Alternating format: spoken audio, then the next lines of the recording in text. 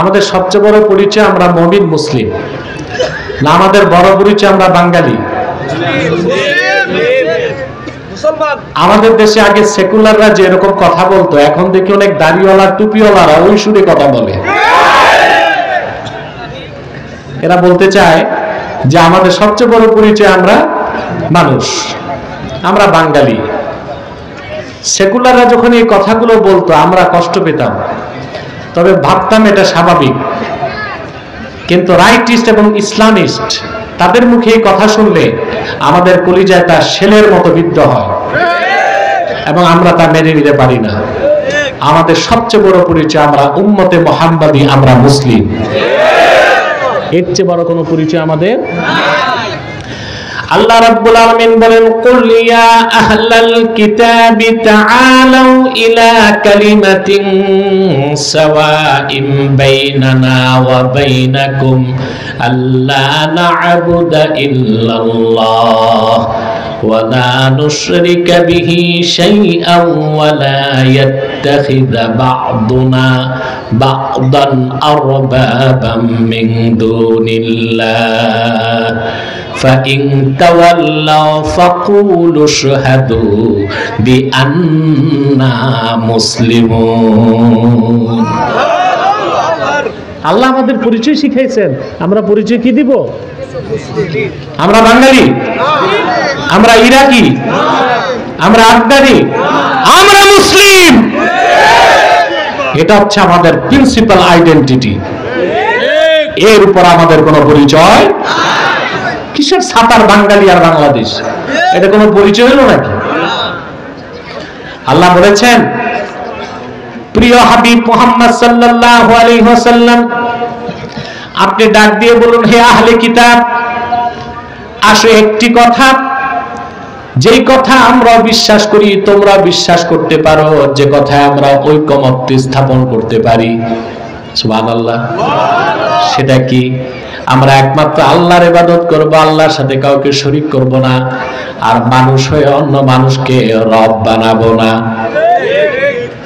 সুবহানাল্লাহ। এরপর আল্লাহ বলে দিয়েছেন, অবিশ্বাসীরা যদি এই কথা না মানে, আল্লাহ উম্মতে মুহাম্মাদীকে বলেছেন, তোমরা বলো, সাক্ষী থাকো, আমরা মুসলমান। তা আমাদের পরিচয় কি? আমাদের পিতা জনক হযরত ইব্রাহিমের পরিচয় কি ছিল? মুসলিম। কি ছিল? আল্লাহ তাকে ডাক দিয়ে বলেছেন, ওয়া ইয ক্বালা লাহু রাব্বুহু আসলিম ক্বালা আসলামতু লিরাব্বিল আলামিন। হযরত ইব্রাহিম ও তার প্রথম পরিচয় দিয়েছেন তিনি মুসলিম। অতএব মুহাম্মদ সাল্লাল্লাহু আলাইহি ওয়াসাল্লামের উম্মত হিসেবে আমাদের প্রিন্সিপাল আইডেন্টিটি, প্রধান পরিচয়, আমরা মুসলিম, আমরা মুমিন। তারপরে আমরা বাঙালি বা বাংলাদেশী। আমি বাঙালি বলি না, বাংলাদেশী বলি। বাঙালি বললে তো আবার পশ্চিম বাংলায় যারা আছে ওরাও তো বাঙালি। এতে তো বাংলাদেশের স্বাধীনতাকে পূর্ণ স্বীকৃতি দেওয়া হয় না। এই জন্য আমরা পরিচয় দিই কি? বাংলাদেশী। আমাদের ন্যাশনালিটি কি? কিন্তু আমাদের মূল পরিচয় আমরা। সুবহানাল্লাহ বলেন। তাহলে কারো বিভ্রান্তিপূর্ণ কথায় আমরা ঈমান আকীদা নষ্ট করব না। তাহলে মুমিন এটা দাবি করার বিষয় না, এটা প্রমাণ দেবার বিষয়। এখন আপনি পরিপূর্ণ মুমিন যদি হতে চান, আল্লাহ বলেছেন, ফাত্তাকুল্লাহ, আল্লাহকে ভয় করো, ওয়া আসলিহু যাতা বাইনিকুম, নিজেদের মধ্যে সম্পর্ককে ঠিক করো। আমাদের সমাজ ও রাষ্ট্রে আমাদের সবচেয়ে বড় অভাব আল্লাহর ভয়টাই তো নাই। যত খুন খারাপি, খুনরেজি, চুরি চামারি, দাগাবাজি, টেন্ডারবাজি, চাঁদাবাজি সব হচ্ছে নাফরমানির কারণে। আর নাফরমানির মূল হচ্ছে আমাদের অন্তরে আল্লাহর ভয়। দ্বিতীয় সমস্যা, আমাদের সমাজে সংঘাত, কলহ বেড়ে গেছে। কথা বলেন। বাংলাদেশে এটা মূল সমস্যা না এখন? সহিংসতা। আমাদের মধ্যে কোনো মিল মহব্বত নাই। আল্লাহ বলছেন নিজেদের মধ্যে সম্পর্ক ঠিক করো। আমাদের মধ্যে সম্পর্ক ঠিক নাই। বাংলাদেশে লড়াই চলতেছে দলে দলে। কথা বলেন। লড়াই চলতেছে একই বিশ্ববিদ্যালয়ে দুই দল ছাত্রের মধ্যে। সংঘাত হচ্ছে বিপ্লবীদের মধ্যে, যারা দেশ স্বাধীন করছে তাদের মধ্যে। একদল আরেক দলকে পিটাচ্ছে। কথা বলেন। সমাজে দ্বন্দ্ব, রাষ্ট্রে দ্বন্দ্ব, পরিবারে দ্বন্দ্ব, মহল্লায় দ্বন্দ্ব, মসজিদ কমিটিতে দ্বন্দ্ব, এক বিছানায় স্বামী উত্তর দিকে, স্ত্রী দক্ষিণ দিকে, মাঝখানে কোলবালিশ, এক খাটেও মিল নাই। এটা একটা বড় বেধি না, সংঘাত না? এটা তো আল্লাহ বলেছেন আল্লাহকে ভয় করো আর নিজেদের মধ্যে সম্পর্ককে সংশোধন করো। সুবহানাল্লাহ বলেন। ওয়া আতিউল্লাহ ওয়া রাসূলাহ, আল্লাহর আনুগত্যকে গ্রহণ করো, মুহাম্মদ সাল্লাল্লাহু আলাইহি ওয়াসাল্লামের আনুগত্যকে গ্রহণ করো জীবনের সকল ক্ষেত্রে। ইন কুনতুম মুমিনিন, যদি তোমরা মুমিন হয়ে থাকো। সুবহানাল্লাহ। প্রিয় ভাইরা, কথা শুনতেছেন? আল্লাহ কয়টা হুকুম করছেন? কয়টা হুকুম মানলে পুরা মুমিন আপনি? জোরে মাতো না বা। প্রথম, আল্লাহকে ভয় করতে হবে। সুবহানাল্লাহ। একজন মুমিনের অন্তরে আল্লাহর ভয় যদি আসে, সে সফল। সুবহানাল্লাহ। আমরা যে স্লোগান দেই, ধর্ম বর্ণ দেখা যাবে না, যোগ্যতার ভিত্তিতে নেতা বানাবো, এটা একটা ভুল কথা। আমাদের নেতা হবে তাকওয়ার ভিত্তিতে। যার তাকওয়া যত বেশি, সেই হবে আমাদের নেতা, পরিবারে, সমাজে এবং রাষ্ট্রে। সুবহানাল্লাহ। কেন যেন আমাদের দেশে সব দলের মানুষগুলো গোমরাহ হয়ে যাচ্ছে। এ কি ক্ষমতায় যাবার অতিরিক্ত লিপসা কিনা আল্লাহই ভালো জানেন। আমরা নেতা বানাবো কাকে? যার তাকওয়া বেশি। সুবহানাল্লাহ। আল্লাহর কাছে কে সৈয়দ বংশের, কে কুরাইশ বংশের, কে শ্বেতাঙ্গ, কে কৃষ্ণাঙ্গ, তার কোনো মূল্য নাই। যে ইমানদারের অন্তরে আল্লাহর ভয় বেশি, আল্লাহর কাছে তার দাম বেশি।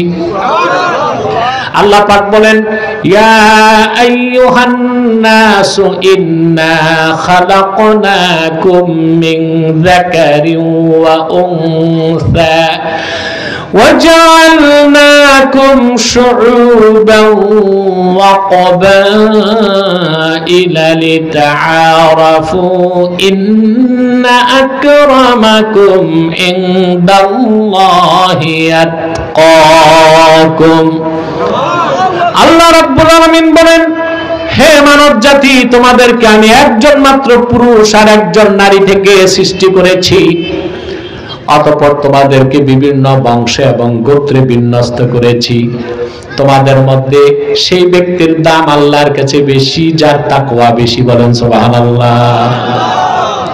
তাহলে সফলতা, ক্ষমতা, মর্যাদা, শক্তি কিসের মাধ্যমে? তাকওয়া। সুবহানাল্লাহ বলেন। প্রত্যেকটা মানুষ পৃথিবীতে দুইটা জিনিস চায়। প্রত্যেকটা মানুষ, ক্ষমতা আর শক্তি। ক্ষমতার, কিন্তু মানুষ ক্ষমতার শক্তি খুঁজে চারটা জিনিসে। কয়টা জিনিসে বলবো? ক্ষমতার শক্তি মানুষ কয়টা জিনিসে খোঁজে? প্রথম হচ্ছে মানি, তারপর হচ্ছে মাসাল, অর্থ, তারপর পেশি শক্তি, 3 নাম্বার হচ্ছে ম্যান্ডেট, সমর্থন, 4 নাম্বার হচ্ছে মিডিয়া। এই চারটা যার বেশি থাকে পৃথিবীতে তাকে সুপার পাওয়ার বলা হয়। এই চারটা জিনিস সবচেয়ে বেশি আমেরিকার। আমেরিকার মানি রিজার্ভ হচ্ছে এখন $23 ট্রিলিয়ন। কত? 1000 বিলিয়নে 1 ট্রিলিয়ন। তার রিজার্ভ আছে $23 ট্রিলিয়ন। এটা তার মানি। তারপর তার মাসাল, পৃথিবীতে সমর শক্তিতে সে 1 নাম্বার। তার প্রায় 5000-এর উপর নিউক্লিয়ার উইপন, অ্যাটম বোমা সজ্জিত অবস্থায় আছে। তারপর ম্যান্ডেট, ও যত মাস্তানি আর অবৈধ কাজ বৈধ করতে হয়, জাতিসংঘ তো তার বাড়ির উঠানে। ম্যান্ডেট দিত, সমস্যা। 4 নাম্বার হচ্ছে মিডিয়া। আল জাজিরা ছাড়া সবগুলো আমেরিকার হাতে। এই যে 4টা শক্তি তার কাছে, এই জন্য তাকে কি বলা হয়? সুপার পাওয়ার, পরাশক্তি। কিন্তু আমরা দেখেছি পৃথিবীর মানুষের এই শক্তির মানদণ্ড ভুয়া। এই প্রবল শক্তি নিয়ে আমেরিকা আফগানিস্তানের মোল্লাদের কাছে হেরে গেছে, কারণ মোল্লাদের কাছে আছে তাকওয়া। তাহলে শক্তি কি এই 4টায় না তাকওয়ায়? সুবহানাল্লাহ বলবেন। মোল্লাদের কাছে হারে নাই, শুধু হারছে না, শোচনীয় ভাবে। কথা বলেন, শোচনীয়ভাবে হারছে না? যাদেরকে সারা জীবন বলছে মোল্লা, মাথায় পাগড়ি, জুব্বা, কুর্তা, তসবি, হাতে AK-47, এদের কাছে ধরা খাইছে। নির্ধারিত তারিখের আগে আমেরিকা পালাইছে আফগানিস্তান থেকে। গনিমতের মাল রেখে গেছে কত টাকা জানেন? $86 বিলিয়ন। তো ট্রাম্প তো পাগলা, সে এসে বলছে আমার অস্ত্রগুলো ফেরত দাও। তালেবান নেতা বলে দিছে আমার আরো লাগবে, তুমি বিক্রি করলে প্রস্তুত হও। সুবহানাল্লাহ বলবেন না? এটা কিসের শক্তি? তাকওয়া। সুবহানাল্লাহ, সুবহানাল্লাহ। আল্লাহকে যারা ভয় পায় গোটা জগৎ তাদের ভয় পায়। দেখেন না আমরা কয়েকটা ধমক দিছি, ভারত ঠান্ডা। কথা বলেন, একদম চুপ, একদম ঠান্ডা। বলছিল বাংলাদেশ দখল করবে, আমি বলছি 14 কোটি মানুষ 28 কোটি লাঠি হাতে তুলে নিবে। আমার বক্তব্যের পর কলকাতার সব মিডিয়া আমার বিরুদ্ধে বক্তব্য দিচ্ছে, দেখছেন না আপনারা? বক্তব্য দিছে, তারপর ঠান্ডা হয়েছে কিনা? একদম ঠান্ডা হয়ে গেছে। তো মুমিনের শক্তি কি? তাকওয়া। সুবহানাল্লাহ বলেন। আপনারা কি ক্ষমতা চান? শক্তি, আসল ক্ষমতা চাই, আসল শক্তি চাই, আল্লাহর পক্ষ থেকে ইজ্জত চাই আমরা, ঠিক কিনা বলেন? আমরা যে মুমিন মুসলমান চুরি চামারি করি না, যারা ব্যভিচার করি না, কার ভয়তে? আবার ইউরোপ আমেরিকা তো অনেকে অমুসলিম কিন্তু চুরি চামারি করে না, যারা ব্যভিচার করে না, কেন? আইনের ভয়তে। কথা বলেন। আমরা কি আইনকে ভয় পাই না মালিককে ভয় পাই? সুবহানাল্লাহ। আপনাদের দেশে অনেকে র্যাব আর পুলিশকে খুব ভয় পান, কিন্তু আল্লাহর ভয় যতটুকু অন্তরে থাকা দরকার ততটুকু নাই। ওই যে র্যাব আর পুলিশকে ভয় পেলেন আইনের ভয়তে, 2 পয়সা সওয়াব নাই। কিন্তু আল্লাহর ভয়তে যদি গুনাহ ছেড়ে দেন আপনি মুত্তাকি, আপনার মর্যাদা ফেরেশতার চেয়ে বেড়ে যাবে। বলেন সুবহানাল্লাহ। আমার ভাইয়েরা,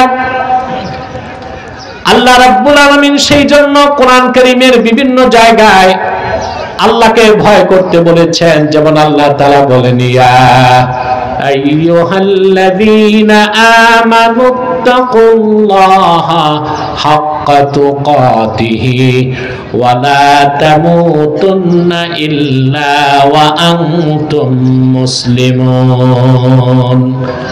হে মুমিনগণ, তোমরা যথাযথ আল্লাহকে ভয় করো আর মুসলিম না হয়ে মৃত্যুকে আলিঙ্গন করো না। তাকে মুসলিম না হয়ে মরবো না, না বাঙালি বাংলাদেশি না হয়ে মরবো না।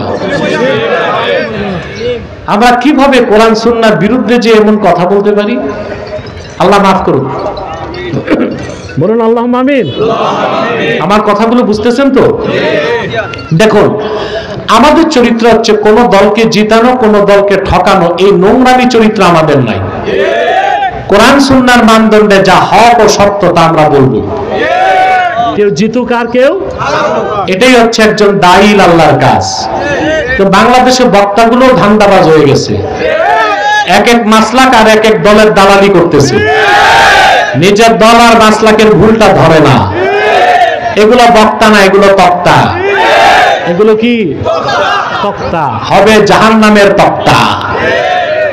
হক্কানি আল্লাহওয়ালা আলেমে রাব্বানি আলেমে তাকি, তার কাজই হচ্ছে যা সত্য যা হক কোরআন সুন্নাহর আলোকে তা বলে দেওয়া। কেউ মানুক আর না মানুক, কেউ মানুক আর সুবহানাল্লাহ বলবেন না। আমরা ভয় করবো কাকে? জোরে বলেন। আল্লাহর ভয় অন্তরে থাকলে গুনার কাজ হয়? কথা বলে না, হয়? উসুদুল গাবা হাদিসের কিতাবে এসেছে, আসমাউর রিজালের কিতাব। হযরত আব্দুল্লাহ ইবনে ওমর রাদিয়াল্লাহু তাআলা আনহুমা তিনি মক্কা মুকাররমায় হাঁটতেছেন। এক রাখাল বকরির পাল নিয়ে পাহাড় থেকে যাচ্ছে চারণ ভূমিতে। এতগুলো বকরি দেখে আব্দুল্লাহ বিন ওমরের পছন্দ হয়েছে। তো রাখালকে বললেন, বিনি শাতাম মিনাল গানাম, তোমার এতগুলো বকরি থেকে একটা আমার কাছে বিক্রি করো, একটা আমার কাছে। রাখাল বলল, হুজুর এটা সম্ভব না, আমি তো রাখাল, আমার কাছে বকরি চারণ ভূমিতে নিয়ে যাও আবার ফিরিয়ে আনো, বিক্রি করার কোনো অথরিটি আমার নাই। আব্দুল্লাহ বিন ওমর চাইলেন তার তাকওয়া যাচাই করতে। বললেন, তুমি যদি একটা বিক্রি করো এত হাজার হাজার বকরির মধ্যে তোমার মাহাজন তো টের পাবে না। বলে না, সে খুব চালাক। বকরি বের করার সময় যখন আউটপুট করে গনে, আবার যখন ইনপুট করে মাতো না ভাই, গনে। তো বলছেন যদি একটা বকরি ধরা খাইয়ে যাও আমার কাছে বিক্রি কইরা, তুমি বলে দিই একটা বাঘে খাইছে। মরুভূমির রাখালটার ভিতরে আল্লাহর ভয় কি পরিমাণ ছিল। সে বলল, আব্দুল্লাহ ইবনে ওমর, আমি আমার মালিককে বুঝ দিতে পারবো, একটা বাঘে খেয়েছে, কিন্তু আপনার কাছে আমার প্রশ্ন, আইনাল্লাহ, আমি আল্লাহর চোখ কিভাবে ফাঁকি দিব? আব্দুল্লাহ বিন ওমর বললেন, এটাই তো তাকওয়া। আল্লাহু আকবার। আল্লাহর ভয় যতক্ষণ অন্তরে আসবে না ততক্ষণ মানুষ আইনের মাধ্যমে ঠিক হইতে। আপনারা দেখেছেন টক অফ দা ওয়ার্ল্ড ছিল গত সপ্তাহে, গত মাসে ক্যালিফোর্নিয়ার আগুন। আগুন লাগছে না? কে লাগাইছে? 15 মাস শুধু আমেরিকা ইসরায়েলকে সাহায্য করছে ফিলিস্তিনকে মারার জন্য। সাহায্যের পরিমাণ ছিল 2200 কোটি ইউএস ডলার। আর 15-20 দিনের আগুনে ক্ষতি হয়ে গেছে 11,500 কোটি ডলার। এটা তো খাতায় কলমে, বাকি কি হয়েছে ওটা তো আর বলবে না। ওদের ফরেন পলিসি খুব সূক্ষ্ম, কথা বলে না। এখন ওখানে 11,000 কোটি আগুনে জ্বলছে, আরো 11,000 কোটি লুটপাট হয়েছে। বাংলাদেশে একটা কথা শুনতেন না, কারো ঘরে আগুন লাগছে আরেকজনে আলু পোড়া দিয়া খায়। আমেরিকাতে ক্যালিফোর্নিয়া লস এঞ্জেলস যখন জ্বলেছে, ওই দেশের মাস্তানরা লুটপাট করে ঘর বাড়িতে ডাকাতি করছে। ওগুলো কি মানুষের কাতারে আছে? আইনকে ভয় পাইছে, কথা বলে না। আইন দিয়া মানুষকে কন্ট্রোল করা যায়, মানুষকে মানুষ বানানো যায় না। কার কত বড় ডিগ্রি আছে, বিত্ত, বৈভব, সম্পদ, সুনাম, এগুলো দেখার বিষয় না। যার তাকওয়া যত বেশি, আল্লাহর কাছে তার মর্যাদা তত বেশি। হযরত বেলাল রাদিয়াল্লাহু তাআলা 1500 বছর আগে তার দাম ছিল 6 দিরহাম মাত্র। বাড়ি ছিল আবিসিনিয়া, হাবাসা। মানচিত্রে এখন আবিসিনিয়া কোনো দেশ পাবে না, এটার নাম ইথিওপিয়া। কি নাম? এখানে ছিল হযরত বেলালের বাড়ি। সুবহানাল্লাহ, 6 দিরহাম ছিল দাম। ঈমান আনার পর তিনি যখন আল্লাহর হাবিবের সাহাবী হয়ে গেলেন, তার দাম কত বাড়ছে? সুবহানাল্লাহ। আর তারগীব ওয়াত তারহিব কিতাবে এসেছে, হাদিসের কিতাব, মেরাজের রাতে আল্লাহর হাবিব মক্কা মুকাররমায় ফিরে বেলালকে বললেন, রে বেলাল, তুমি কি এমন আমল করো? তিনি বললেন, কেন ইয়া রাসূলুল্লাহ সাল্লাল্লাহু আলাইহি সাল্লাম? আল্লাহর হাবিব বললেন, আমি যখন মেরাজের রাতে সিদরাতুল মুনতাহার দিকে চললাম, আলামে মেসালে আমি তোমার আওয়াজ শুনেছি। হযরত বেলাল বললেন, ইয়া রাসূলুল্লাহ, ইয়া হাবিবাল্লাহ, তেমন কোন আমল করি না। যখনই ওযু করে মসজিদে ঢুকি, 2 রাকাত নামাজ না পড়ে আমি মসজিদে বসি না। হযরত বেলালের মূল্য কত বেড়ে গেল। বুখারী শরীফ 2য় খণ্ডে এসেছে, আবু বকর রাদিয়াল্লাহু তাআলা আনহু শ্রেষ্ঠ সাহাবী, ঠিক না? তারপর শ্রেষ্ঠ কে? হযরত ওমর। হযরত ওমর রাদিয়াল্লাহু তাআলা আনহু বলেছেন, আবু বকরিন সাইয়্যিদুনা ফাআতাকা সাইয়্যিদানা। আমাদের একজন নেতা আবু বকর, তিনি আযাদ করেছেন আরেকজন নেতা, তার নাম হযরতে বেলাল। হযরত ওমরের মতো কুরাইশ বংশের শ্রেষ্ঠ সন্তান হযরত বেলালকে নেতা বলে মেনে নিয়েছেন। সুবহানাল্লাহ। হযরত বেলালের যোগ্যতা বেশি ছিল না তাকওয়া বেশি ছিল? যোগ্যতা বেশি ছিল কার? হযরত ওমরের। তাহলে যোগ্যতার ভিত্তিতে নেতা হবে না তাকওয়ার ভিত্তিতে? আমাদের এই কথাও তো সংশোধন করা দরকার, কথা বলে না। আমাদের দেশে সম্পর্ক আমাদের ঠিক না দ্বন্দ্ব আছে? কথা বলে না। রাজনৈতিক দ্বন্দ্ব, সামাজিক দ্বন্দ্ব, পারিবারিক দ্বন্দ্ব, সাংসারিক দ্বন্দ্ব, এই সব দ্বন্দ্ব মিটাই দিতে পারে ইসলাম। সুবহানাল্লাহ বলেন। একজন মুসলিম কখনো আরেকজন মুসলিমের গায়ে একটি আঁচড় দিতে পারে না, এটা মুসলমানের চরিত্র না। আজকে আমাদের দেশে কত খুন খারাপি হয়ে গেল শুধু রাজনৈতিক মতাদর্শের কারণে, হয় নাই? রাগ করেন না, আমি এখন কোনো কথার গোপন করি না, যা সত্য তা বলি। 5ই আগস্ট দেশে অভ্যুত্থান হয়েছে না? কথা বলেন। সরকারের পক্ষে অনেক লোক মরেছে, আবার বিপ্লবীরা অনেকে জীবন দিয়েছে। এই যে জীবন দেওয়া আর নেওয়া, এত বড় রক্তপাত ঘটে গেল, এটা কি দিনের স্বার্থে হয়েছে, আখেরাতের জন্য, না গণতন্ত্র প্রতিষ্ঠায়? না, মুসলমান তো জীবন দিবে শুধু ইসলামের স্বার্থে। কিসের স্বার্থে? ইসলামের স্বার্থে। এই যে লোকগুলোকে আপনারা শহীদ বলবেন, শহীদ হওয়া কি এত সহজ নাকি? বলবেন ৭১ কি শহীদ হয়েছে নাকি? তখনও শহীদ হয় নাই, এখনো শহীদ হয় নাই। শুধু আল্লাহ দিনের জন্য জীবন দিলে ওই ব্যক্তি শহীদ, নতুবা সেটা আত্মহত্যা। সেটা কি? কোন মুসলিমকে আঘাত করতে পারে না। মুসলমান যখন ইসলামের মূল আদর্শকে বিশ্বাস করবে, একজন মুসলিমের কাছে আরেক মুসলিমের জানমাল নিরাপদ, তখন আমাদের মধ্যে কোনো সংঘাত। আল্লাহর হাবিব ইরশাদ করেছেন, আল মুসলিমু মান সালিমাল মুসলিমুনা মিন লিসানিহি ওয়া ইয়াদিহি, পরিপূর্ণ মুসলিম তো সেই যার জবান থেকে আর হাত থেকে অন্য মুসলমান নিরাপদ। অর্থাৎ আমি অন্যায়ভাবে কোনো মুসলিমকে গালি দিব না, মুখেও কষ্ট দিব না, হাতেও কষ্ট। আমাদের দেশে হাতে কষ্ট দেয় সবচেয়ে বেশি ভণ্ড সাংবাদিকরা। কলম হাতে পাইলে অপব্যবহার করে। 500 টাকা দিলে হিরোকে জিরো বানায়, জিরোকে হিরো বানায়। বেশি কষ্ট মানুষকে দেওয়া যায় কি, মুখে না হাতে? লেখার মাধ্যমে, ঠিক না? এখন তোমরা যারা ফেসবুকে একজন আরেকজনকে গালি দাও, তোমরাও হাতের দ্বারা মানুষকে কষ্ট দিচ্ছ। পরিপূর্ণ মুসলিম সেই, আলামাতুল মুসলিমিল কামিল সালামাতুল মুসলিমিনা মিন লিসানিহি ওয়া ইয়াদিহি। একজন পরিপূর্ণ মুসলিম হবার এটাই আলামত, তার হাত আর তার জবান থেকে অন্য মুসলমান নিরাপদ থাকবে। ঠিক কিনা? এই একটা আদর্শ মানলে আমাদের মধ্যে আর দ্বন্দ্ব সংঘাত থাকে? কথা বলে না। হ্যাঁ, লড়াই হবে সত্য আর মিথ্যায়, লড়াই হবে দিনের পক্ষে আর বিপক্ষে, কিন্তু দিনদারদের মধ্যে যদি লড়াই হয়, সেটা আমাদের ধ্বংস ডেকে আনবে। মুসলমান কখনো যুদ্ধে লিপ্ত হইতে পারে না। মুসলমানের জিহাদ ও যুদ্ধ হবে কাফের ও মুশরিক বাতিলের বিপক্ষে। ঠিক কিনা? মনে করুন হিন্দুস্তান যদি আমাদের দেশে হামলা করতে আসে, প্রত্যেক মুসলমানের উপর জিহাদ ফরজ হবে না? কথা বলেন। শুধু পুরুষদের উপর হবে না, মহিলাদের উপর। পরিষ্কার হেদায়ের মধ্যে লেখা আছে, ওয়া ইন হাজামাল আদুউ আলা বালদাতিন তাখরুজুল মারআতু বিগাইরি ইজনি যাওজিহা ওয়াল আমাতু বিগাইরি ইজনি মাওলাহা।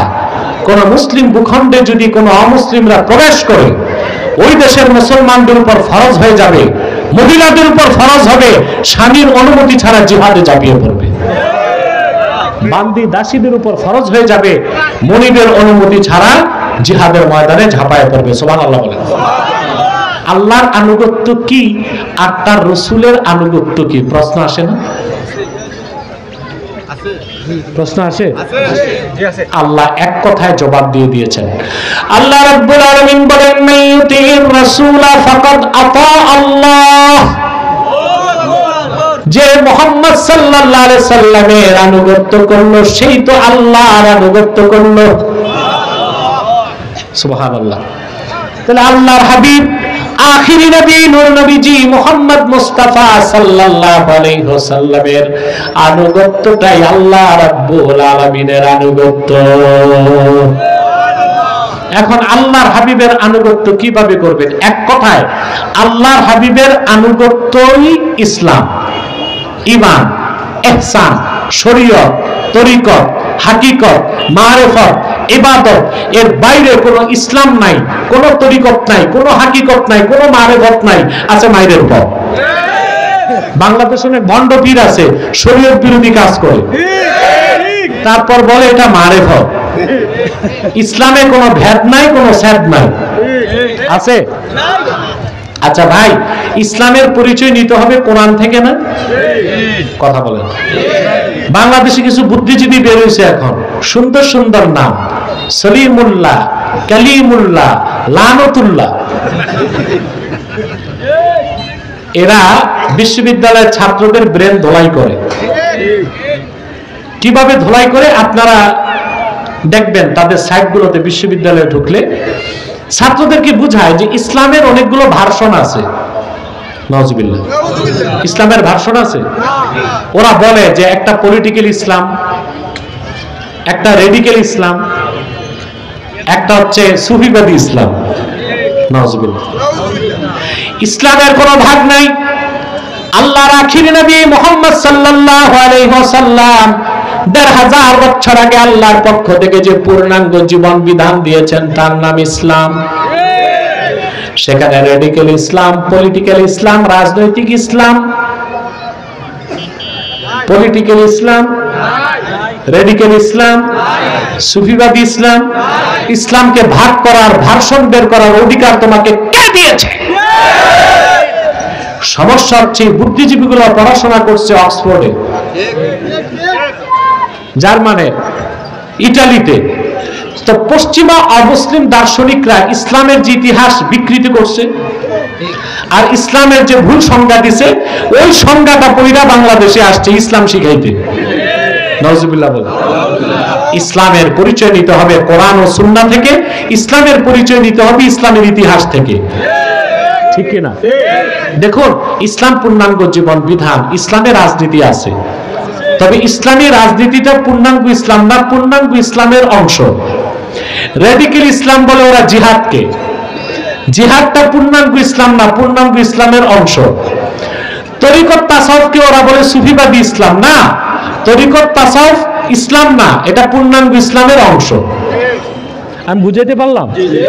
তাহলে এই বিভ্রান্ত সৃষ্টিকারী কথিত বুদ্ধিজীবীদের কথায় আমার যুব সমাজের ব্রেনগুলো নষ্ট হয়ে যাচ্ছে। আমাদের স্কলার যারা আলেম ওলামাদেরকে এই কথাগুলো বেশি বেশি যুব সমাজকে বুঝাতে হবে। আল্লাহ তৌফিক দান করুন। রাসূলুল্লাহ সাল্লাল্লাহু আলাইহি ওয়াসাল্লামের নূরের জামানায় এক মুসলিম আর এক ইহুদি ঝগড়া লাগছে, বুঝলেন? দ্বন্দ্ব হয়ে গেছে, বিচার আসলো আল্লাহর হাবিবের কাছে। আল্লাহর হাবিব যে রায় দিলেন সাক্ষী প্রমাণের ভিত্তিতে, রায় পেয়ে গেল ইহুদি। কে পাইল? আর মুসলিমটা, কথিত মুসলিমটার মুখ বেজার হয়ে গেছে, সে আল্লাহর হাবিবের রায়টা মানতে প্রস্তুত হইল না। সে বলল, ইয়া রাসূলুল্লাহ সাল্লাল্লাহু আলাইহি ওয়াসাল্লাম, আপনি দয়া করে আমাদেরকে হযরত ওমরের কাছে পাঠান। মানে বিচার ছানি চায়, বিচার। আল্লাহর হাবিব বলেন, ঠিক আছে, যাও ওমরের কাছে। হযরত ওমরের কাছে পৌঁছার পরে ওই যে ইহুদি লোকটা হযরত ওমরকে বলল, ওমর, বিচারটা একবার রাসূলুল্লাহ করে দিয়েছেন। হযরত ওমর বলেন, তাহলে আবার আমার কাছে আসছো কেন? বলে, এই যে তোমার মুসলিম ভাই, সে রাসূলুল্লাহর বিচারে সন্তুষ্ট না। ও আচ্ছা, তাহলে বিচার বাকি আছে। হাদিস সাক্ষ্য দেয়, হযরত ওমর বললেন, আনতুমা মাকানাকুমা হাত্তা আরজিয়া ইলাইকুমা, আমি ফিরে আসার আগ পর্যন্ত এখানে তোমরা দাঁড়িয়ে থাকো, আমি বিচার করে দিচ্ছি। হাদিস সাক্ষ্য দেয়, ফাখারাজা ওমরু মুস্তামিলান আলা সাইফিহি, হযরত ওমর তার তরবারি নাঙ্গা করে ঘর থেকে বেরিয়ে আসলেন। হাতে কি? তারপর বললেন, আল্লাহর হাবিব মুহাম্মদ সাল্লাল্লাহু আলাইহি ওয়াসাল্লামের সিদ্ধান্তকে যে মানতে প্রস্তুত নয়, আকাশের নিচে বেঁচে থাকার কোন অধিকার তার নাই, এই কথা বললেন। আর এক আঘাতে মুসলিম নামধারী মুনাফিকের গর্দানটা কেটে দিলেন। ইহুদি দিছে দৌড়, যে এই যদি হয় মুসলিমের বিচার, আমার যেন কি হয়। ইহুদি লোকটি দৌড়িয়ে আল্লাহর হাবিবের কদমে চলে আসলো, এসে বলল, ইয়া রাসূলুল্লাহ, ইয়া হাবিবাল্লাহ, হযরত ওমর তো সে মুসলমানের কল্লা কেটে দিছে। আল্লাহর হাবিব বললেন, আমি ধারণাও করি নাই, মা জানান্তু আন্না উমারা ইয়াজতারিউ আলা কতলে মুমিন, কোন মুমিনকে ওমর হত্যা করতে পারে তা আমি ধারণা করি নাই। হযরত ওমরের চেহারাটা কালো হয়ে গেল। সত্যি কি আমি কোন মুমিনকে মেরে ফেললাম নাকি? আল্লাহর পক্ষ থেকে ওমরের পক্ষে ওহী নাজিল হয়ে গেল।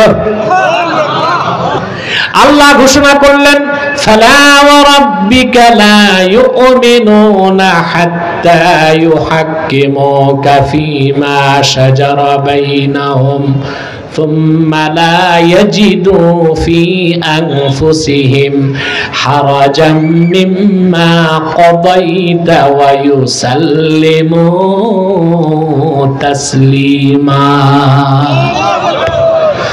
আল্লাহ ঘোষণা করলেন, মুহাম্মদ সাল্লাল্লাহু আলাইহি ওয়াসাল্লাম, আপনার রব আল্লাহর কসম, যতক্ষণ পর্যন্ত না আপনার সাহাবীগণ তাদের নিজেদের ক্ষেত্রে সৃষ্ট বিরোধের সমাধানে, সুবহানাল্লাহ, আপনি মুহাম্মদ সাল্লাল্লাহু আলাইহি সাল্লামের সিদ্ধান্তকে অকুণ্ঠ চিত্তে মেনে না নিবে, আমি আল্লাহর দৃষ্টিতে তারা মুমিন নয়, মুসলিম নয়। অতএব ওমর কোন মুসলমানকে হত্যা করে নাই, আপনার রায়কে যে মানে নাই সে তো মুসলিম নয়, একটা কাফেরকে ওমর হত্যা করেছে। এখন আসেন মুসলমান, খুব মনোযোগ দেন, এখনই আপনার সবক, এখনই সবক। প্রায় 50 মিনিট চলে গেছে, এখন সবক নেন। যদি আল্লাহর হাবিব মুহাম্মদ সাল্লাল্লাহু আলাইহি সাল্লামের একটা সিদ্ধান্ত না মানার কারণে হযরত ওমর ওই লোকটার মৃত্যুদণ্ড দেন, সে যদি মুসলিম না হয়, ১৫০০ বছর পরে আমরা উম্মতে মুহাম্মাদি দাবিদার জীবনের একটা বিরাট অংশেই তো আল্লাহর হাবিবের সুন্নাহকে বাদ দিয়েছি। কথা বলেন, আমাদের রাজনৈতিক ক্ষেত্রে কি আমরা সুন্নাহকে গ্রহণ করেছি? কথা বলেন। শিক্ষা জীবনে সুন্নাহকে নিয়েছি? সাংস্কৃতিক জীবনে সুন্নাহকে নিয়েছি? একটা হরেনও চলে না। খুব কষ্ট হয়ে গেল আমার আজকে। সামনে তো আমি ভয় পাবো তোমাদের এলাকায় প্রোগ্রাম রাখতে। শুধু ডিব্বা দুইটা চালাই দিছে, একটা হরেন চলতেছে না আশেপাশে। একে তো জুতা দিয়ে পেটানো দরকার মাহফিলের পরে। এত বড় মাহফিল বরবাদ হয়ে যাবে যদি মাইকটা ঠিক না চলে। শোনেন, এদিক তাকান। জীবনের একটা বড় ক্ষেত্রে আমরা সুন্নাহের অনুসরণ করি। আমাদের দেওয়ানি, ফৌজদারি, আইন ও কানুন, শিক্ষা জীবন, সমাজ জীবন, রাষ্ট্র জীবন, সাংস্কৃতিক জীবনে আমরা কি সুন্নাহর অনুসরণ করি? কথা বলে না। আমাদের কাছে সবকিছুর ঊর্ধ্বে রাসূলুল্লাহর সুন্নাহ। কথা বলে না। অনেক মানবতাবাদী এখন বলতেছে ধর্ম বর্ণের উপরে মানুষ না, সবকিছুর ঊর্ধ্বে ঈমান এবং ইসলাম। এটা মানেন? যদি বলেন সবকিছুর ঊর্ধ্বে মানুষ, তা আইনের উপরে মানুষ যায় না? তা আইন প্রয়োগ করবেন কেমন? চোর চুরি করলে আপনি বলবেন সে তো মানুষ। কথা বলেন। দুর্নীতি করছে তারে ধরবেন, বলবেন না সে তো মানুষ। তা বোঝা যায় মানুষের উপরে যদি আইন হয়, আইনের উপরে শরীয়ত। সুবহানাল্লাহ বলবেন না? এই কথাগুলো না বলা পর্যন্ত আমার মনে যন্ত্রণা ছিল, এই জন্য আমি বলে যাচ্ছি। কেউ মানুক না মানুক, যা সত্য, যা ইনসাফ, যা জাস্টিস, তা আমি বলবো। সারা জাতি যদি আমার বিপক্ষে চলে যায়, আমি বলেই যাবো ইনশাআল্লাহ। হক কথা গোপন করে এই ডেলি ডেলি ঘুরে ওয়াজ মাহফিল করলে লাভ কি? শুধু পকেট ভারী হবে, সওয়াবও হবে না, কওমের কোনো কাজও হবে না। তার সবকিছুর ঊর্ধ্বে কি? শরীয়ত। সুবহানাল্লাহ বলেন। সবকিছুর ঊর্ধ্বে যদি মানুষের মানবতা হয়, তা রাসূলুল্লাহর জমানায় ৮০টির মতো যুদ্ধ কেন হলো? এক বদর যুদ্ধেই তো ৭০ কাফের নেতা মারা গেছে, তারা কি মানুষ ছিল না? কথা বলেন। তাহলে তোমরা কি ধরনের মেয়াদ উত্তীর্ণ গাঁজা খাইছো যে সেকুলারদের মতো কথা বলতেছো? রাসূলুল্লাহর জামানায় একটা দুইটা বদর হয়েছে, উহুদ হয়েছে, খন্দক হয়েছে, ৮০টার মতো যুদ্ধ হয়েছে। এক বদরেই তো ৭০ কাফের নেতা মারা গেছে। তো সবকিছুর ঊর্ধ্বে যদি মানুষ হয়, তো রাসূলুল্লাহ সাল্লাল্লাহু আলাইহি ওয়াসাল্লাম কি জিহাদ করতেন?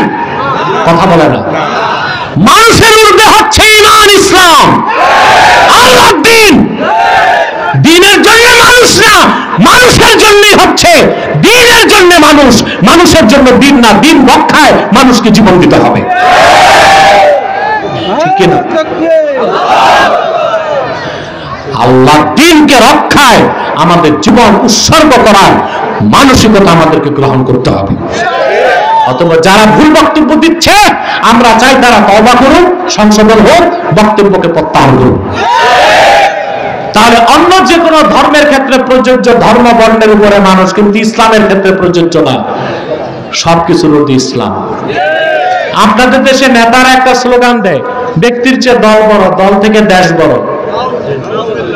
ঠিক আছে, তবে স্লোগানটা লম্বা করতে হবে।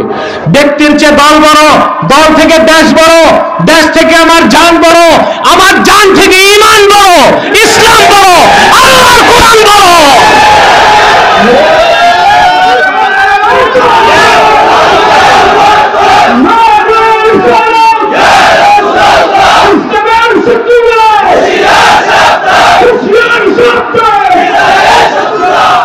আল্লাহ আমাদেরকে কবুল করুন। তো জীবনের সকল ক্ষেত্রে রাসূল করিম সাল্লাল্লাহু আলাইহি সাল্লামের সুন্নাতকে মানবেন, নতুবা মুসলমান মুমিন হইতে পারবেন না। আমরা কিন্তু জীবনকে দুই ভাগ করছি, আমাদের দুইটা রং। কয়টা রং? জীবনের এক অংশে আমরা কোরআন সুন্নাহকে মানি, আর এক অংশে আমরা মন গড়া মতবাদ মানি। উর্দু সাহিত্যের বিখ্যাত কবি গালিব বলেছেন, দো রঙ্গি ছোড় দে এক রঙ্গ হো যা, সরাপা মোম বনিয়া সঙ্গ হো যা। দুই রং ছাড়ো, এক রং ধরো। হয় কোরআন সুন্নাহ রঙে রঙিন হয়ে পুরা মোমের মতো গলে খাঁটি মুমিন হও, নতুবা পাথরের মতো শক্ত হয়ে পুরা কাফের হও। কিছু ইসলাম, কিছু আর ইসলাম। কখনো ঈদগায় দৌড়াবা, কখনো পূজা মণ্ডপে দৌড়াবা।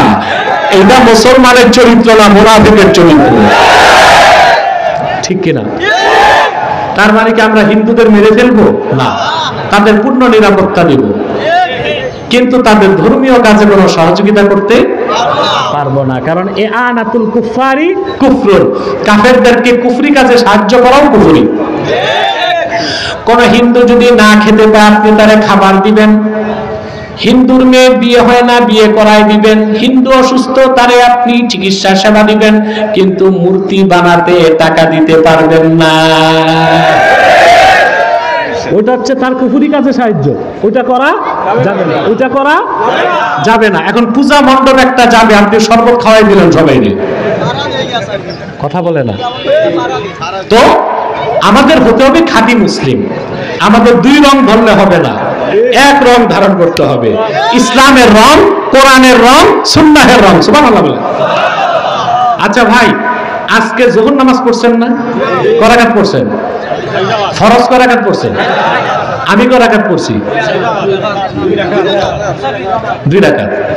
কারণ আমি যোহরের নামাজ জামাতের আগে রওনা দিতে হয়েছে, যে জন্য এখানে মুসাফির আমি 2 রাকাত পড়ছি, আমি বেঁচে গেছি। ঠিক না? মাঝে মধ্যে শরীয়তের সুযোগটা নিতে হয়। বাসায় যদি পড়তাম আমার 10 রাকাত পড়তে হইতো, আগে 4 ফরজ, 4 পরে 2। আর মুসাফির অবস্থায় চলে আসছি। অধিকাংশ সময় দিনে আমি দূরে গেলে, যে ফ্লাইটগুলো 1 ঘন্টার বেশি, ওখানে আমি স্টেজে যেয়ে নামাজ পড়ি। 2 রাকাত পড়লে আমি বেঁচে যাই।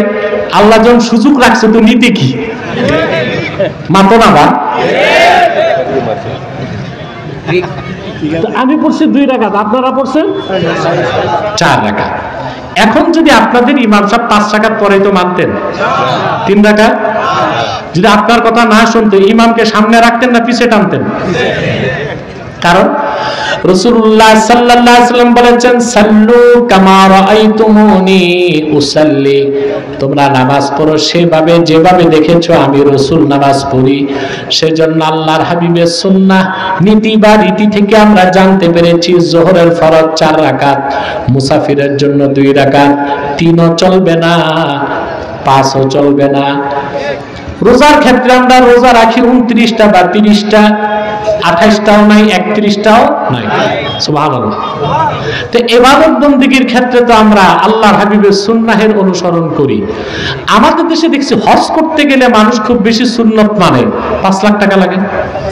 মনে করছে সুন্নত বাদ দিলে যদি হজ বাদ হয়। সবচেয়ে ত্যাক্ত করে হাজিরা মুআল্লিমকে শয়তানরে পাথর মারতে গেল, বুঝেন না? মুআল্লিমের মাথা চাপা একা কয়, হুজুর বলেন তো পাথর কয়টা নিব? এতটা।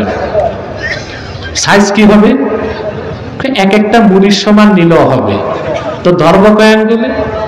মিনায় শয়তানরে পাথর মারতে নফলও ছাড়ে না, মুস্তাহাবও ছাড়ে না, কিন্তু ওই হাজি দেশে এসে এর চেয়ে বড় বড় শয়তানের তাবেদারি করে।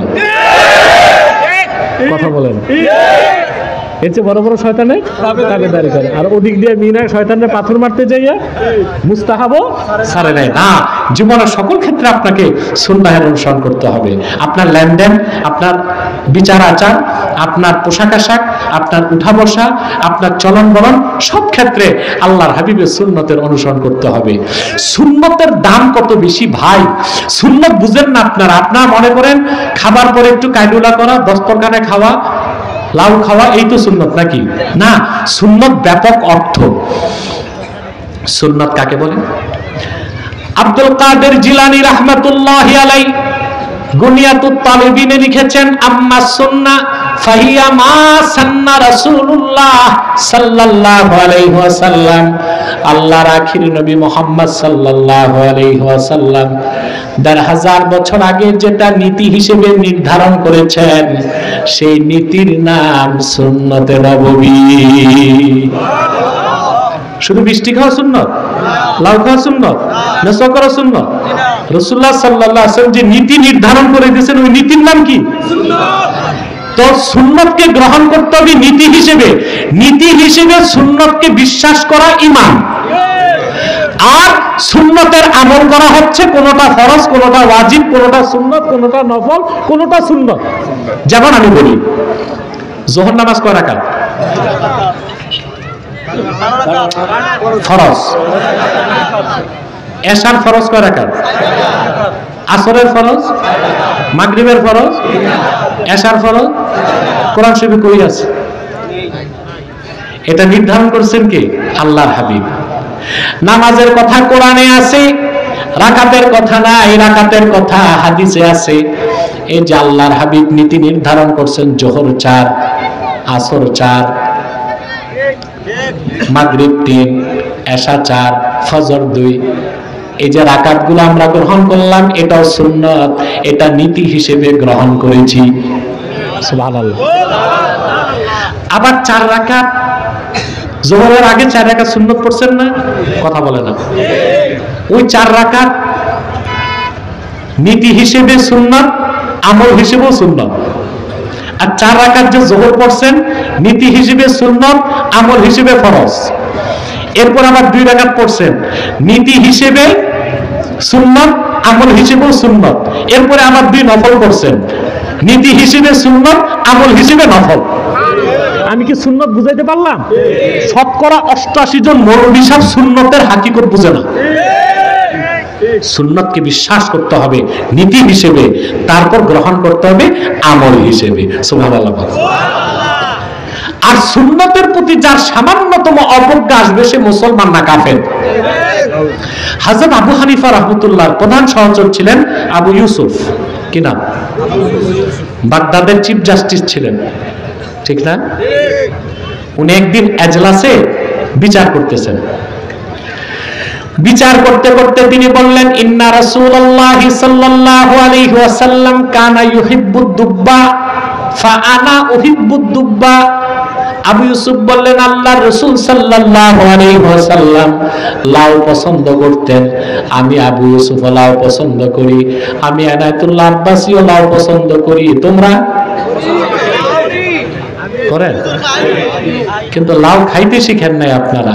লাউ খাবেন গোশত দিয়া, কিন্তু আপনারা খান শুটকি দিয়া, চিংড়ি মাছ দিয়া, হাড্ডি দিয়া, গোশত দিয়া খাইবেন। ঠিক আছে, হ্যাঁ, গোশত দিয়া খাবেন, এটা সুন্নাহ। এটা কি?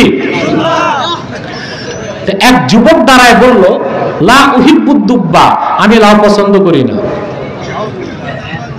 শুধু এতটুকু বলছে।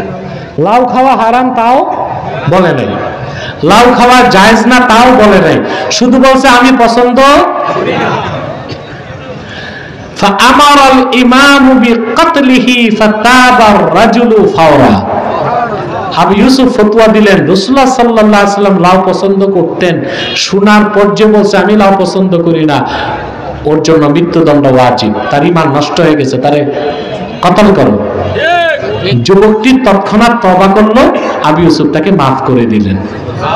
তাহলে আল্লাহ হাবিব সাল্লাল্লাহু আলাইহি ওয়াসাল্লামের একটি সুন্নাত লাউ খাওয়া, ফরজ ওয়াজিব না, নীতি হিসেবে সুন্নাত, আমল হিসেবে সুন্নাত।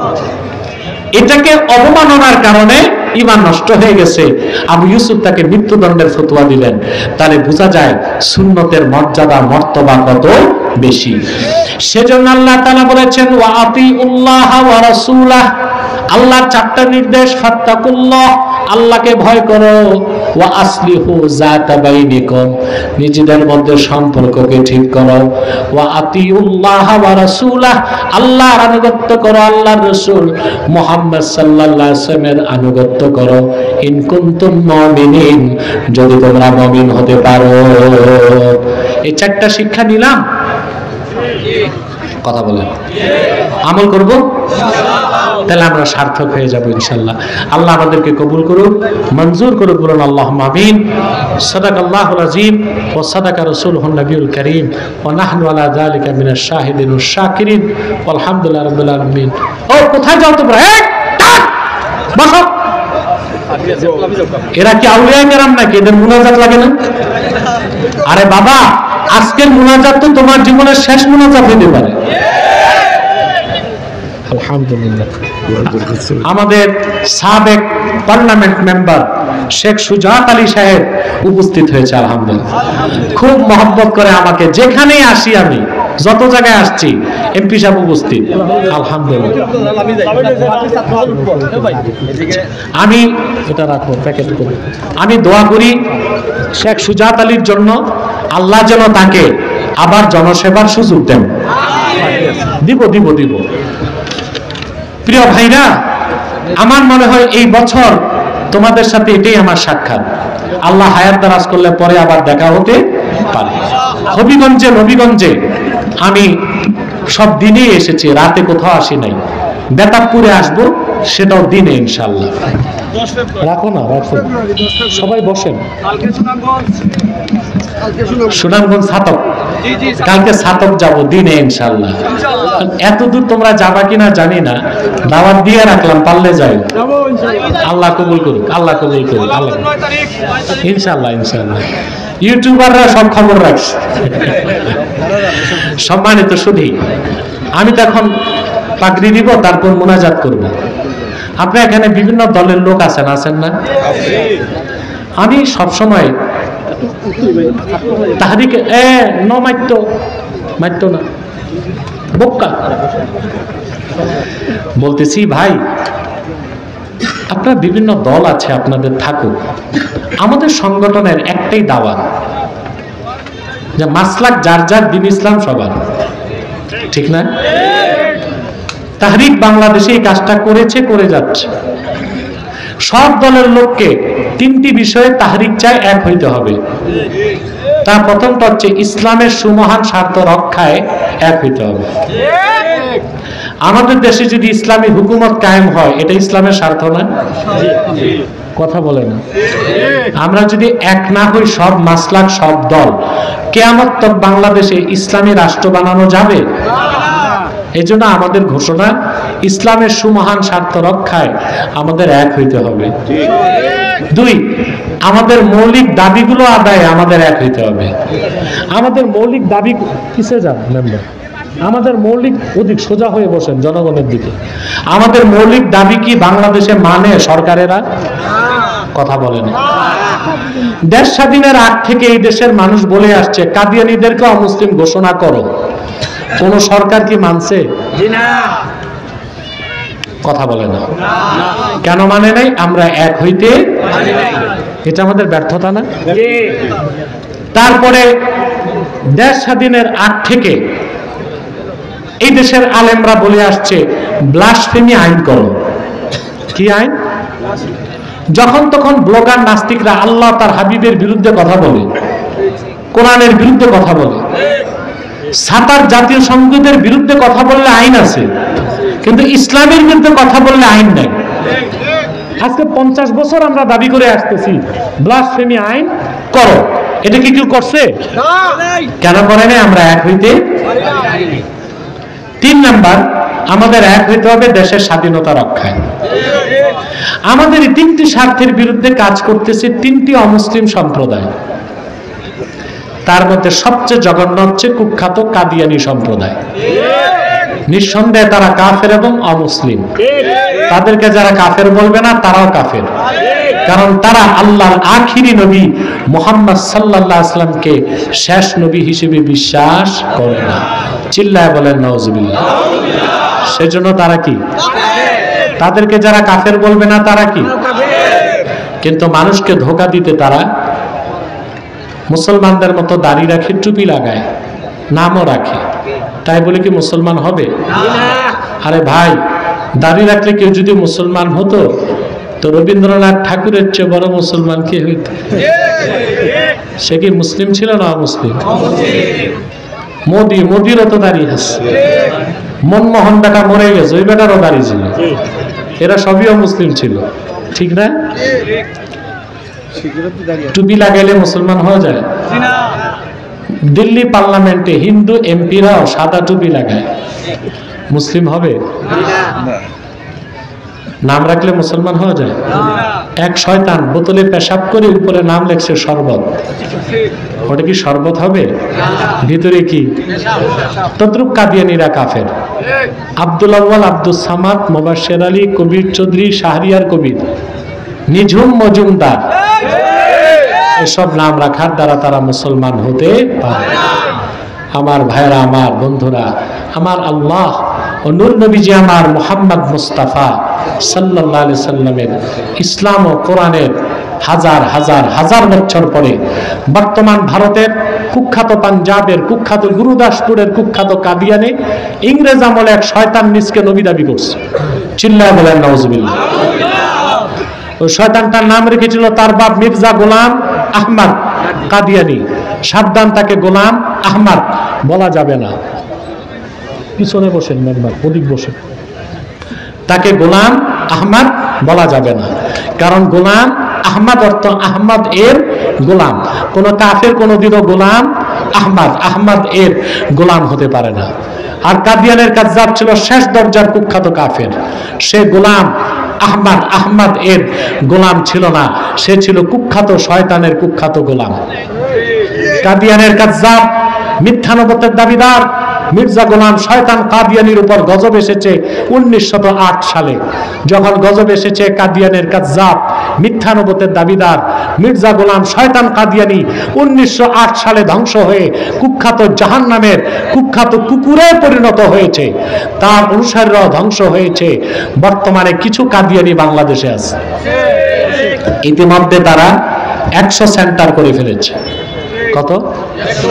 সবচেয়ে দুঃখজনক, আপনাদের সিলেটে সোভানি ঘাটে একটা সেন্টার করে ফেলেছে, সুনামগঞ্জের দিরাইতে সেন্টার করে ফেলছে, বিভিন্ন জায়গায় সেন্টার করে ফেলেছে। 100 সেন্টার করছে বাংলাদেশ। নাম পরিবর্তন করে করে তারা মিথ্যা পরিচয় দেয়।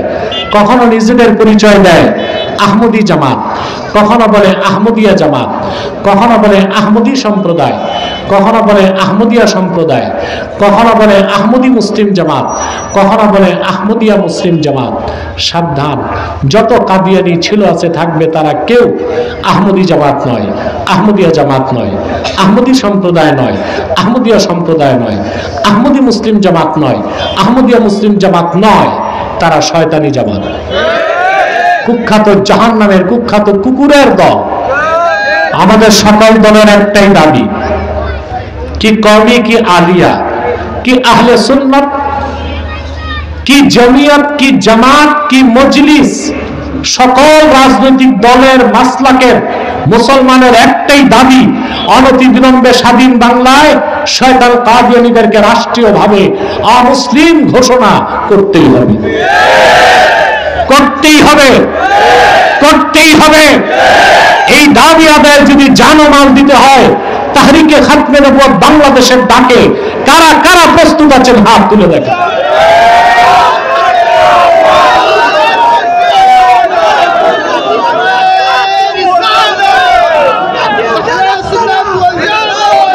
সম্মানিত সুধী, সম্মানিত সুধী, তাদের পণ্য দ্রব্যগুলো কিনবেন না, আর্থিক সহযোগিতা করবেন না।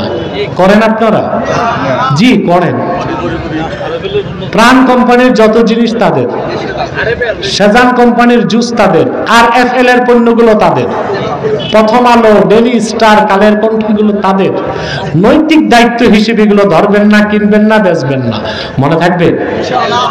আরেকটা মুসলিম সম্প্রদায় আমাদের স্বাধীনতায় হাত দিছে, এটা হচ্ছে ঈসাই জামাত। এটা খ্রিস্টানদের একটা গোপন দল। 2.5 লক্ষ পরিবারকে তারা ইতিমধ্যে খ্রিস্টান বানায় দিয়েছে। কত? 2.5 লক্ষ। এবং খ্রিস্টান মিশনারি কিভাবে বাংলাদেশে কাজ করতেছে আপনি চিন্তা করতে পারবেন না। গত 16-17 দিন আগে রংপুর হারাগাছে 300 মুসলমান খ্রিস্টান হয়ে গেছে। বড়দিন উপলক্ষে এক একজন মুসলিমকে মাত্র 45,000 টাকা দেওয়া হয়েছে। আহা, আমাদের সন্তানগুলো এভাবে বেদিন হয়ে যাচ্ছে, আর আমরা গর্ব করি 3.5 লাখ মসজিদ, আমাদের 10,000 মাদ্রাসা, 14 কোটি মুসলমান, কিন্তু আমাদের ঘরের সন্তানগুলো বেদিন বেঈমান খ্রিস্টান হয়ে যাচ্ছে। সেজন্য উলামায়ে কেরামকে সর্বোচ্চ ভূমিকা রাখতে হবে খ্রিস্টান মিশনারির বিরুদ্ধে। বাংলাদেশে অনেক জঙ্গি সংগঠন নিষিদ্ধ হয়েছে না? কথা বলেন। কিন্তু ওর চেয়ে বড় ক্ষতি করতেছে খ্রিস্টান মিশনারি। তাদের নিষিদ্ধ করে না কেন? তাহলে আটলান্টিকের ওপারে দাদারা খেপে যাবে, বাবারা খেপে যাবে, মালপানি বন্ধ হয়ে যাবে, ডলার আসা বন্ধ হয়ে যাবে। এই জন্য খ্রিস্টান মিশনারির বিরুদ্ধে কিছু বলে না। অথচ তারা, তাদের প্ল্যান হচ্ছে 2050 সালের মধ্যে বাংলাদেশে 6 কোটি খ্রিস্টান তারা বানাবে এবং বাংলাদেশের একটা বিরাট অংশকে স্বাধীন করে খ্রিস্টান রাষ্ট্র বানাবে। কোনোদিন তাদের এই স্বপ্ন পূরণ হবে না, কিন্তু আমাদেরকে তো এক থাকতে হবে, এক থাকতে হবে, ন্যাক থাকতে হবে, এক থাকতে হবে, ন্যাক থাকতে হবে। এক থাকলেই হবে না, ন্যাকও থাকতে হবে। ন্যাক হইলে হবে না, একও থাকতে হবে। আল্লাহ আমাদের কবুল করুন। আর হিজবুত তাওহীদের ব্যাপারে সাবধান থাকবেন। এটা ইহুদিদের একটা এজেন্ট। এদের কাজ হচ্ছে আলেম ওলামা থেকে জাতিকে আলাদা করে দেওয়া। আপনারা জানেন যে বকরির পালের রাখাল নাই, ওই বকরি যায় বাঘের পেটে। আর যে জাতির নেতৃত্বে আলেমরা নাই, ওই জাতি যায় বিজাতিদের খপ্পরে। স্পেন একটা মুসলিম রাষ্ট্র ছিল না? আলেম ওলামার নেতৃত্ব যখন ছেড়ে দিল স্পেনের মুসলমান, স্পেন স্বাধীনতা হারালো। আপনাদের দক্ষিণ পূর্বে এশিয়ায় ফিলিপাইন, এটা মুসলিম রাষ্ট্র ছিল না? কথা বলুন। আলেম ওলামার নেতৃত্ব যখন শূন্য হয়ে গেল, ফিলিপাইন একটা খ্রিস্টান রাষ্ট্র হয়ে গেল। আপনার বাড়ির কাছে আরাকান, স্বাধীন মুসলিম রাষ্ট্র ছিল না? কথা বলেন। আলেম ওলামার নেতৃত্ব থেকে জনগণ সরে গেল, স্বাধীনতা হারালো। এখন এটা খ্রিস্টান রাষ্ট্র হবার পথে। অতএব বাংলাদেশে আলেম ওলামাদেরকে নেতৃত্বে থাকতে হবে, পলিটিক্যালি এবং নন পলিটিক্যালি, রাজনৈতিকভাবেও অরাজনৈতিকভাবেও। আমরা অরাজনৈতিকভাবে কাজ করে যাচ্ছি, বাকি আলেম যারা রাজনীতি করে তারা সদিচ্ছার সাথে ন্যাক নিয়তে রাজনৈতিক নেতৃত্ব দিতে পারলে আশা করা যায় আগামীর বাংলাদেশ মুক্ত হবে, স্বাধীন হবে এবং একটা সুখী সমৃদ্ধ ইনসাফপূর্ণ আইন কানুন আছে এরকম বাংলাদেশ আমরা আগামী প্রজন্মকে উপহার দিতে পারবো ইনশাআল্লাহ। আল্লাহ আমাদেরকে তৌফিক দান করুন।